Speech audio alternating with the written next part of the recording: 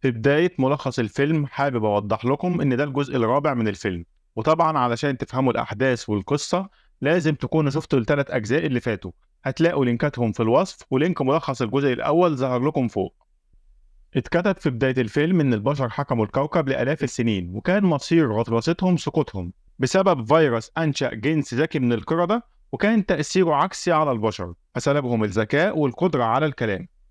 ولما كان البشر والقرود بيكافحوا علشان يتعايشوا، ثار قرد وضحى بكل شيء علشان بني جنسه، وكان اسمه سيزر.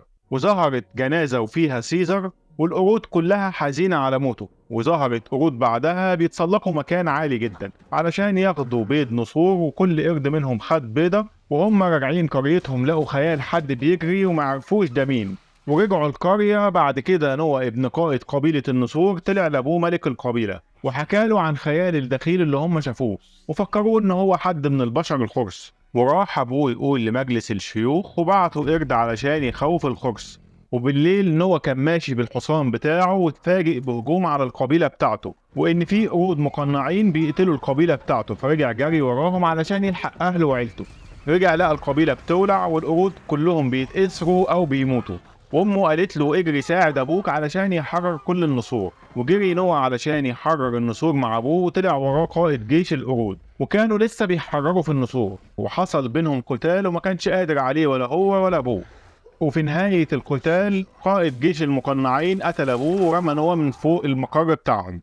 ونوح ما ماتش، وصحي بعد ما كان اغمى عليه لقى ان ابوه مات، والقرود كلهم اتأثروا او ماتوا حواليه. وحاول يتبع اثرهم علشان ينقذهم زي ما وعد ابوه. حاول يروض نسر من نسور ابوه في الطريق ولكن معرفش.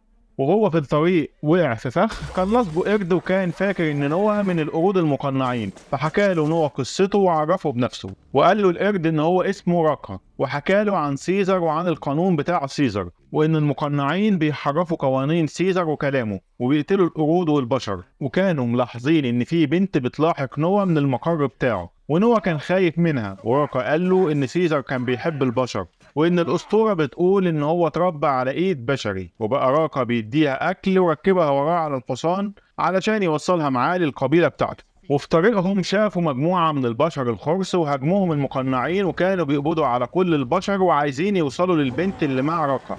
ونوح كان مسمي البنت نوفا علشان ده كان الاسم اللي منتشر من ايام سيزر. طبعا لو شفتوا الاجزاء اللي فاتوا هتفهموا ليه اسم نوفا بالتحديد. وطبعا اسم نوفا في العصر بتاع نوح كان بيتقال على كل البشر الخرس. ونوفا كان هيتقبض عليها من المقنعين، ولكن ندهت لنوح واتكلمت لأول مرة، وجري نوح عليها وأنقذها. ونوح قال لراكا إن البنت اتكلمت، وراكا ما كانش مصدق لأن هو كان مفكر إن كل البشر خلاص بقوا خرس. ولكن البنت اتكلمت وعرفتهم بنفسها، وقالت لهم إن هي اسمها مي.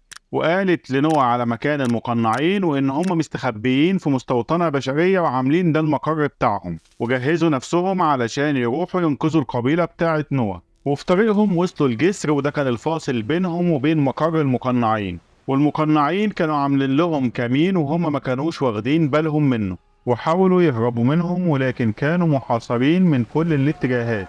وبدأ قتال بينهم، ومي كانت هتغرق لولا ان راكا انقذها وغرق هو مكانها. واتقبض على نوح ومي ودخلوهم مملكة القرود بتاعتهم. ونوح قابل سونا حبيبته، وكانت مستغربة ان هو لسه عايش لان هي كانت شافته وهو بيقع من فوق المقر بتاعهم. وحطوا مي في مكان قابلت فيه عالم كان بيحكي لملك القرود قصص وبيقرا له كتب وبيعلمه من علوم البشر اللي كانوا عارفينها.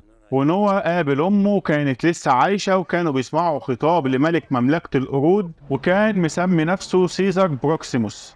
وكان بيشجع القرود علشان يفتحوا بوابة عملاقة جدا. كان الجيش والبشر استخبوا وراها، وخبوا وراها الأسلحة بتاعتهم والمعلومات المهمة، وكان فيها طريقة محتاجينها العلماء علشان يعالجوا المرض اللي أصاب البشر. والعالم تريفاثان كان بيقنع مي إن هي تستسلم للأمر الواقع وتساعد القرود إن هم يفتحوا السرداب. وقال لها إن خلاص انتهى أمر البشر، وإن القرود دلوقتي هم اللي بيحكموا الكوكب. واجتمع بروكسيموس بنوح ومي وتريباسان، وقال لهم ان هو عايز المعلومات والمعرفة اللي داخل السرداب، علشان كده بيحاول يكسر البوابة دي علشان يزود ثقافته وثقافة القرود ويزود قوة الجيش بتاعتهم. وحاول يقنع نوح ان هو يخون مي ويساعده علشان يوصل للسرداب وللي جوه السرداب. وكان بيقنع نوح ان هم محتاجين العلم والقوة علشان يحكموا العالم كله.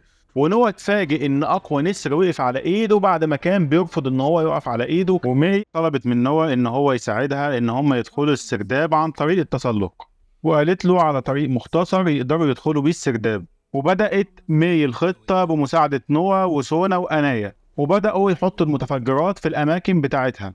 وراح ليها العالم تريفاثان وقالت له إن مش ده المكان اللي بتنتمي ليه والبشر بينتموا ليه، وطلبت منه يساعدها في المخطط بتاعها. ولكن تريفاثان رفض، ومي قتلته علشان كانت خايفة إن هو يبلغ المقنعين بالمخطط بتاعهم.